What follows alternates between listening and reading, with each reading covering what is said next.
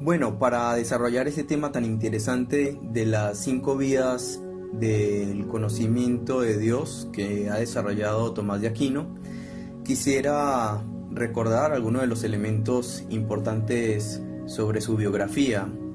Tomás de Aquino nace en 1225 y fallece en 1274.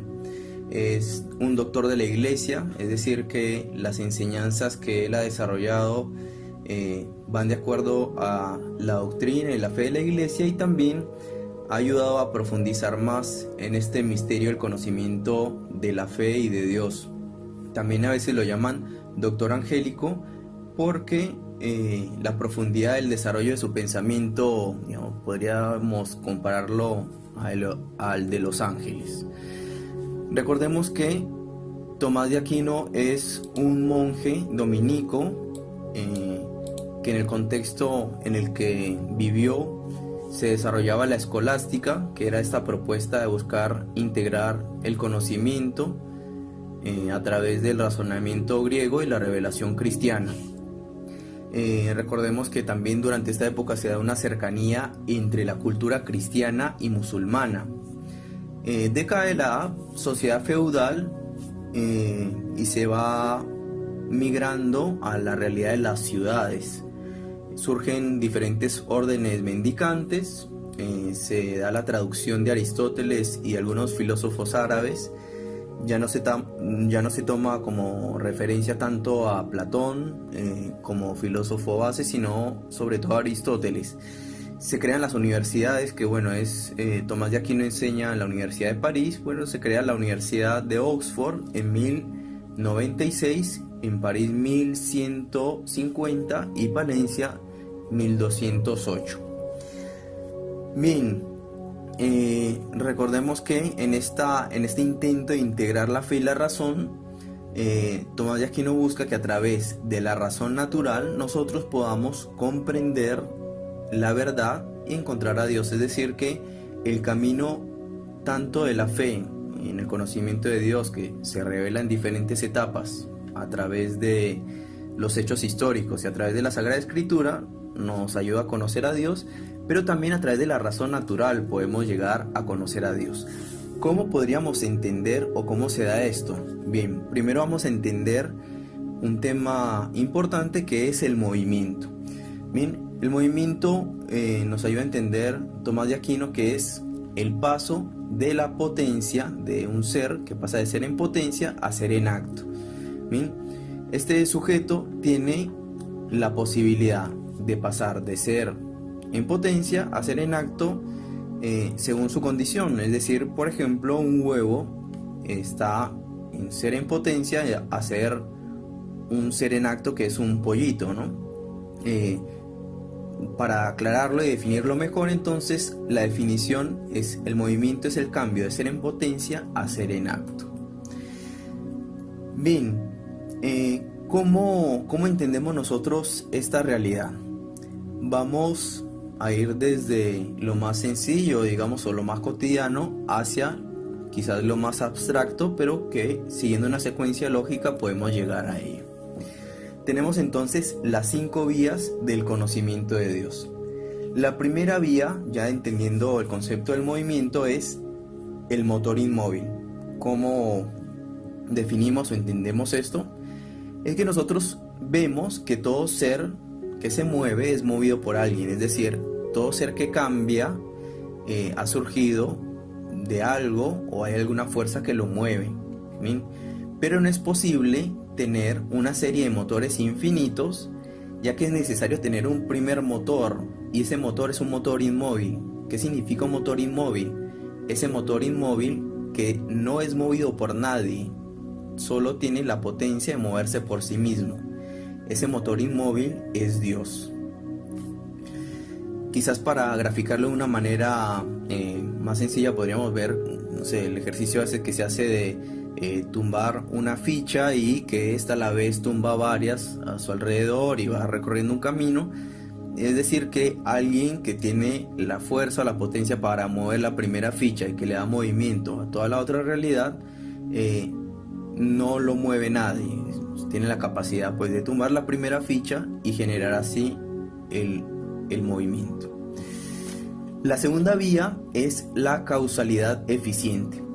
Bien, en el mundo sensible, es decir, en el mundo que podemos ver, oler, tocar, encontramos causas eficientes, es decir, un gallo y una gallina pueden dar vida a los pollitos. Una vaca y un toro le pueden dar vida a un ternero. Pero entendemos y vamos comprendiendo que en nuestra realidad, con todas las circunstancias y diferencias y maravillas que vemos, nos ayuda a entender, por ejemplo, que existen árboles y que esos árboles que han nacido o surgieron de otro árbol del mismo tipo, de una semilla de un árbol anterior, y así sucesivamente podríamos ir recorriendo este camino para entender que hay una causa que no ha sido causada por nadie, ¿bien? Que es una causa incausada. Porque las otras, por decirlo así, los otros seres que existen ya han sido causados por otros, es decir, cada uno de nosotros tiene un padre y una madre, y a su vez nuestros abuelos, nuestros bisabuelos, nuestros tatarabuelos, y podríamos seguir así la secuencia. ¿Bien? Y como les digo, esta realidad diversa que tenemos en todo el mundo nos ayuda a entender que hay una causa incausada, que nadie la ha causado, es decir, que puede por sí misma causar todas las otras realidades que podemos ver.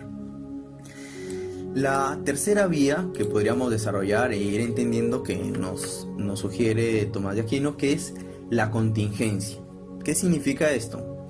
Bien, nosotros hemos nacido, no sé, hace 12, 14, 16, 15 años, hace 20, 30, hemos tenido un inicio en la existencia y vamos a tener un fin. Bien, por ejemplo, si te pregunto dentro de 200 años, dentro de 100 años, ¿en dónde vas a estar? No vas a saber, ¿no? Y hay una realidad que ha estado por sí misma sin que nosotros estuviéramos. Es decir, en el año 1300 existían personas, sabemos que existían árboles, seres, y sin embargo nosotros todavía no estábamos sobre la tierra, ¿no? Entonces vemos que esa contingencia, esa limitación de todos los seres, por más que sean seres que duran mucho tiempo, no sé, miles de años, millones de años, vemos que son contingentes, es decir, que son limitados en su existencia. ¿Bien? Antes no fueron y ahora existen. ¿Bien? Los seres materiales también se corrompen, nosotros también hemos nacido bebitos y nos vamos envejeciendo, y eso nos lleva a buscar un ser necesario por sí mismo, ese ser que siempre ha estado presente en toda la existencia. Ese ser necesario es Dios. En la cuarta vía vamos a entender los grados del ser. ¿Qué son los grados del ser? Bien, imagínate que vamos a comparar, a ver si tú podrías, ¿qué es más bonito?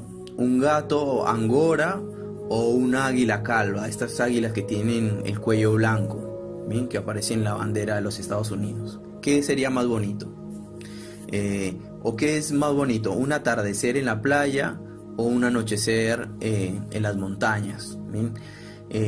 ¿O qué tiene colores más vivos o mejores? ¿O cuál es más perfecto? ¿Un pato de diferentes colores o una flor o una rosa que recién ha florecido? Bien, si nosotros empezamos a entender estos grados de perfección, de bondad y de verdad que hay en toda la realidad, en la naturaleza, en el mundo, vemos que es algo verdadero, que es bueno y que que nace de un grado de perfección y de bondad máxima. Esta perfección máxima es Dios. Como quinta vía y última, vamos a entender el orden y el movimiento.